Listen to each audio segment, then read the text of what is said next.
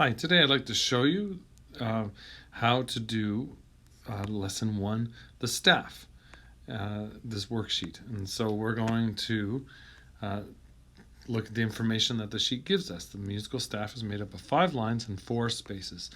And here's the visual of that. Line 1, 2, 3, 4, 5. Notice they count from the bottom going up in space. So that's on this side, they tell you the lines, and this side they tell you the spaces. Space 1, 2, 3, and 4. So they're telling you that this is line 1, all the way over here. All of this is line 1. Here's the second line, and everywhere, second line. Here's the third line. Again, all this third line, all those dots are on the third line. Fourth line, all those dots are on the fourth line. And then the fifth line. The next thing I want to show you are the spaces. Well, here's space 1 right in there. So all of this is space 1.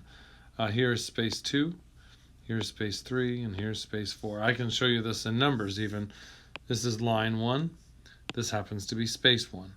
This is line 2. This is space 2. This is line 3. This is space 3. And this is line 4. And this is space 4.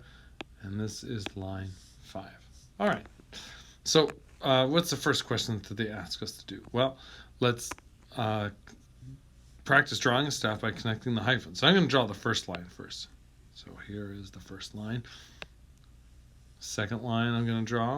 Third line of the staff I'm going to draw. Fourth line. And the fifth line. Okay. Number 2, it says on this staff, number the lines from low to high. And this is very important that you always number them from low to high. So here's the first line, here's the second line, third line, fourth line, and fifth line. In number 3, it says to number the spaces from low to high. So let's do that. Line 1, line 2, line 3, and line 4. And here it says to draw a note on each line of the staff below. So I'm going to draw a note on the first line.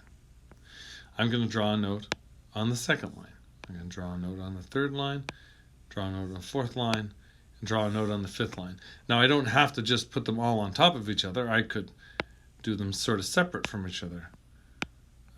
So note on the first line, this note is on the second line, this note's on the third line, fourth line, and fifth line. Let's draw a note on each space of the staff below. So here's a note on the first space, here's a note on the second space, here's a third space, and here's a note on the fourth space.